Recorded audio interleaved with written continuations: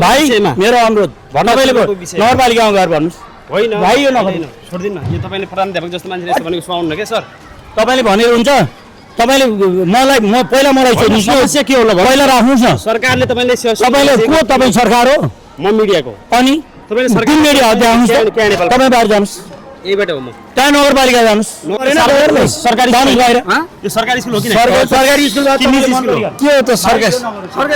Camera बन्द गर्नु तपाईँले अधिकार दिएछ क्यामेरा बन्द गर्नुपर्ने अधिकार तपाईँले कसरी दिएछ तपाईँले सल्लाह त मेरो आफ्नो अधिकार छैन हामी प्रधानाध्यापकको कार्यकक्षमा जाँदैछौँ यहाँ चाहिँ विशेष गरी हामी यो चर्को भाडा शुल्क दिएको विषयमा चाहिँ हामी प्रधानाध्यापकको कार्यकक्षमा हो यो प्रधानाध्यापकको कार्यकक्षमा म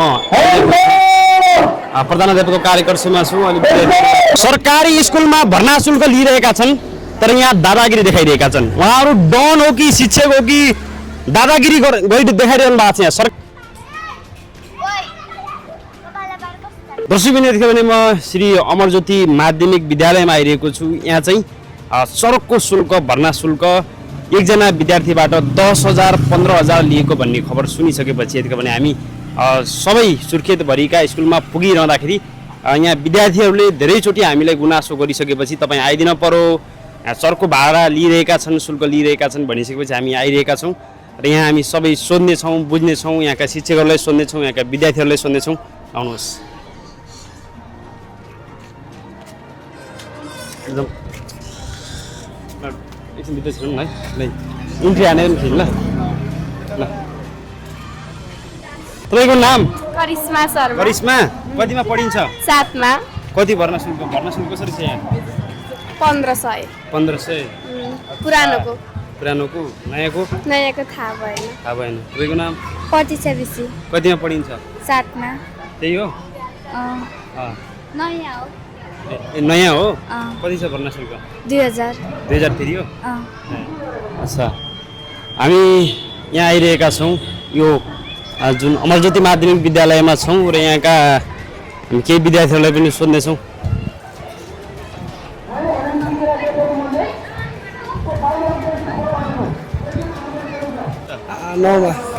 नयाँ हो पुरानो हो भर्ना शुल्क कति लिइरहेछ हजुर भर्ना शुल्क 3500 तपाईँको नाम बलवीर सर कति कक्षामा पढिन्छ 9 मा सँगै हो त्यही हो भर्ना शुल्क त्यही हो हामी प्रधानाध्यापकको कार्यकक्षमा जाँदैछौँ यहाँ चाहिँ विशेष गरी हामी यो चर्को भाडा शुल्क दिएको विषयमा चाहिँ हामी सोध्नेछौँ कहाँ होला प्रधानाध्यापकको कार्यकक्ष हो ल हामी प्रधानाध्यापक कार्यकक्षमा प्रधानाध्यापकको कार्यकक्षमा हो यो प्रधानाध्यापकको कार्यकक्षमा म प्रधानाध्यापकको कार्यकक्षमा छु अनि प्रधानाध्यापकज्यू दर्शक थियो भने हामी यो श्री अमरज्योति माध्यमिक विद्यालयका प्रधानाध्यापकले कल गरिरहेका छौँ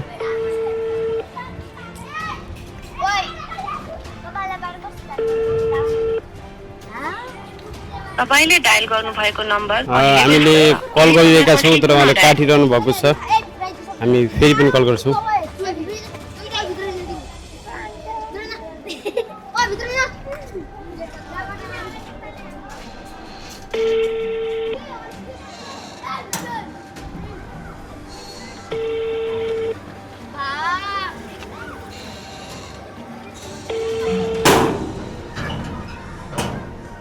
गेटमा सेक्युरिटी पनि छैन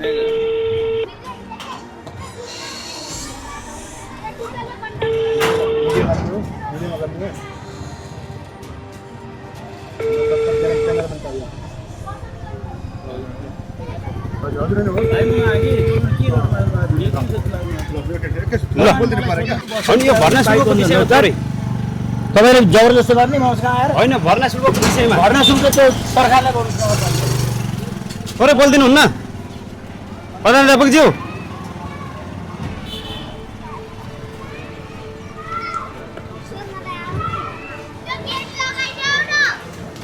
ल थोरै 2 मिनेट मात्रै होइन क्या भर्ना शुल्कको विषयमा मेरो अनुमति बिना बन्द गर्नु भर्ना शुल्कको भाइ विषयमा मेरो अनुरोध तपाईँले नगरपालिकामा गएर भन्नुहोस् होइन भाइ यो नखर्च छोड्दिन यो तपाईँले प्रधानाध्यापक जस्तो मान्छेले यस्तो भनेको सुहाउनु के सर तपाईँले भनेर हुन्छ तपाईँले पहिला मलाई होइन, समस्या के होला भयो? पहिला राख्नुहोस् न सरकारले तपाईँले तपाईँले को तपाईँ सरकार हो म मिडियाको अनि तपाईँले कुन सरकार मिडिया हो त्यहाँ आउनुहोस् त्यहाँ नेपाल तपाईँ बाहिर जानुहोस् यहीबाट हो म त्यहाँ नगरपालिका जानुहोस् नगरपालिकाले के भन्छ नगरपालिका जानुहोस् तपाईँ नगरपालिकाले के भन्छ? तपाईँले जानुहोस् मसँग सोध्नु खोज्नु भएको छ भने भन्नुहोस् तपाईँले सोध्नु होइन भने नगर्नुहोस् त्यो बन्द गर्नुहोस् सर तपाईँ बाहिर जानुहोस् सर सर तपाईँ बाहिर जानुहोस् सर तपाईँले क्यामेरा यसो गर्नु होइन होइन नगर तपाईँले अनुमति लिनुभएको छ अनुमति लिनु परेन सरकारी जानुहोस् बाहिर यो सरकारी स्कुल हो कि सरकारी स्कुल कि निजी स्कुल हो? के हो त सरकारी भाइ के हुन्छ निजी भाइ के हुन्छ यहाँ छिरी मिल्दैन हँ? यो सरकारी स्कुलमा छिरी मिल्दैन सरकारी भए पनि नियम कानुन होला त नियम कानुन होला त सर होला त नियम कानुन होला त हजुर। अनुमति मान्नु पर्दैन अनुमति सरकारी स्कुलमा सरकारी स्कुलमा जिम्मेवारी गर्न पाइन्छ ल यस्तो यस्तो हेर्नुहोस् सरकारी स्कुल भनेर तपाईँहरूले सरकारी स्कुलमा भर्ना शुल्क लिन मिल्छ पिट पत्याएर गर्ने होइन कि पित पत्रकारिता गरे होइन तपाईँले पित सोध्नु न मैले सोचिरहेको छु सल्लाह लिनु न। अनि क्यामेरा बन्द गर्नु तपाईँलाई अधिकार दिएछ नै क्यामेरा बन्द गर्नुपर्ने अधिकार तपाईँले कसरी दिएछ तपाईँले सल्लाह त मेरो आफ्नो अधिकार छैन यो मेरो सोध्नु न सोधेर विचार गर्नु न जवाब दिने हैसियत छ। जवाब किन छैन को तपाईँ सरकारी शिक्षालयमा भर्ना शुल्क लिन मिल्छ कि नै ल यसरी यहाँ जुन विद्यार्थीहरूबाट सरकारी स्कुलमा भर्ना शुल्क लिइरहेका छन् तर यहाँ दादागिरी देखाइरहेका छन् उहाँहरू डन हो कि शिक्षक हो कि दादागिरी देखाइरहनु भएको छ यहाँ सरकारी स्कुलमा एकजना विद्यार्थीबाट 10-15 हजार भर्ना शुल्क लिइरहनु भएको छ रिपोर्टिङ गर्न आउँदाखेरि गुन्डागिरी शैली र दादागिरी शैली देखाइरहनु भएको छ यो हो शिक्षकको हरकत यही हो पारा नेपाल सरकारले बालेन सरकारले भनेको निशुल्क शिक्षा यही हो सरकारी स्कुलमा कुनै एउटा पत्रकार छिर्दै गर्दाखेरि भर्ना शुल्क धेरै लियो सरकारी स्कुलमा भनिरहँदाखेरि